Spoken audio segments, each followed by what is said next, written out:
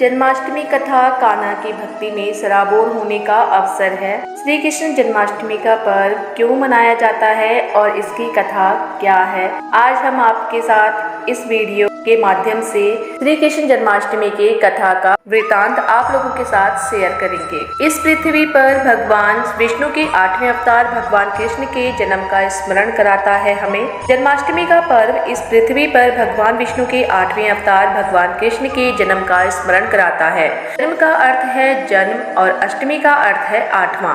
भगवान कृष्ण भगवान विष्णु के 8वें अवतार थे।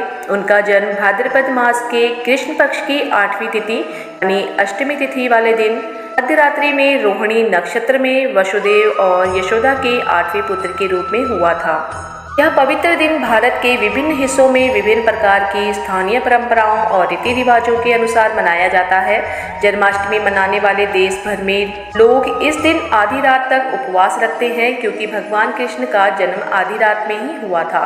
उनके जन्म के प्रतीक के रूप में श्री कृष्ण की मूर्ति को एक छोटे से पालने में रखा जाता है और प्रार्थना की जाती है। इस दिन भजन और भगवत गीता का पाठ किया जाता है। इस दिन महाराष्ट्र में दही हांडी का आयोजन स्थानीय और क्षेत्रीय स्तर पर किया जाता है।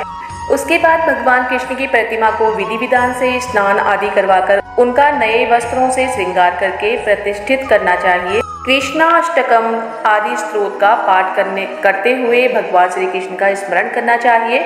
रात्रि में ठीक 12 बजे उनके जन्म के बाद फिर से उनका विशेष पूजन और अर्चन करते हुए व्रत समाप्त कर लेना चाहिए। व्रत में फलों का ही सेवन करना चाहिए, लेकिन कई साधक पूर्ण रूप से इस व्रत का पालन करते हैं और कुछ भी नहीं खाते। इस दिन भगवान कृष्ण की जन्मस्थली ब्रज प्रदेश में बांके बिहारी के मंदिर में रात 12 बजे उनके जन्म के बाद महाभिषेक किया जाता है और फिर मंगला आरती का आयोजन होता है। इस आयोजन में लाखों लोग बांके बिहारी के दर्शन के लिए पहुंचते हैं। जन्माष्टमी की पौराणिक कथा क्या है? पौराणिक कथाओं के अनुसार द्वापर युग के अंत में मथुरा में उग्रसेन नामक राजा थे। उग्रसेन के पुत्र का नाम कंस था, जो बहुत ही क्रूर था और जिसने अपने पिता उग्रसेन को कारागार में डालकर बलपूर्वक उनका राज सिंहासन हथिया लिया और स्वयं राजा बनकर बैठ गया। कंस की एक बहन थी जिसका नाम देवकी था, जिसका विवाह यदुवंशी वसुदेव के साथ हुआ था। विवाह के बाद कंस अपनी बहन और उसके पति वसुदेव के साथ उसे विदा कर रहा था, तो उसी समय आकाश में आकाशवाणी हुई, जिस बहन को तू विदा कर रहा है उसका 8वां बच्चा तेरी मौत का कारण बनेगा। आकाशवाणी सुनकर कंस बहुत क्रोधित हो गया और तुरंत ही अपनी तलवार से अपनी बहन के पति वसुदेव को मारने के लिए आगे बढ़ गया।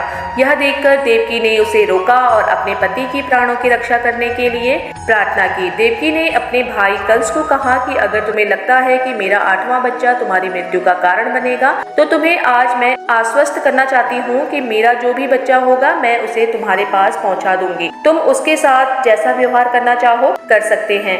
अपनी बहन देवकी की बात सुनकर वह थोड़ा संतुष्ट हुआ। दोनों की बात सुनकर उसने वासुदेव और देवकी को कारागार में कैद कर लिया। देवकी और वासुदेव की 7 संतानों को कंस मार चुका था। अब 8वां बच्चा होने वाला था। आसमान में घने बादल छाए थे, तेज बारिश हो रही थी, बिजली कड़क रही थी और भगवान श्री कृष्ण का जन्म होने वाला था।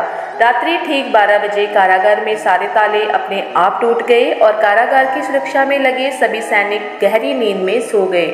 उसी समय वासुदेव और देवकी के सामने भगवान विष्णु प्रकट हुए और उन्हें कहा कि वे देवकी के गर्भ से 8वें पुत्र के रूप में जन्म लेंगे। इतना ही नहीं, भगवान विष्णु ने कहा कि वे उन्हें गोकुल में नंद बाबा के यहाँ छोड़कर आ जाए। वहाँ अभी अभी जन्मी कन्या को कंस को लाकर सौंप दे। वासुदेव ने भगवान विष्णु के बताए अनुसार ही किया। गोकुल से लाए कन्या को कंस को सौंप दिया। कंस ने जैसे ही कन्या को मारने के लिए हाथ उठाया, कन्या आकाश में गायब हो गई और आकाशवाणी हुई कि कंस जिसे मारना चाहता है वह तो गोकुल पहुंच चुका है। ये आकाशवाणी सुनकर कंस और घबरा गया। कृष्ण को मारने के लिए कंस ने बारी बारी से राक्षस गोकुल भेजे, लेकिन कृष्ण ने सभी का वध कर दिया। आखिर में श्री कृष्ण ने कंस का भी वध कर दिया। आज की वीडियो आपको कैसी लगी? अगर ये वीडियो आपको पसंद आए तो प्लीज वीडियो को लाइक करें, चैनल को सब्सक्राइब करें और कमेंट बॉक्स में हरे कृष्ण हरे राधा लिखना मत भूलिएगा।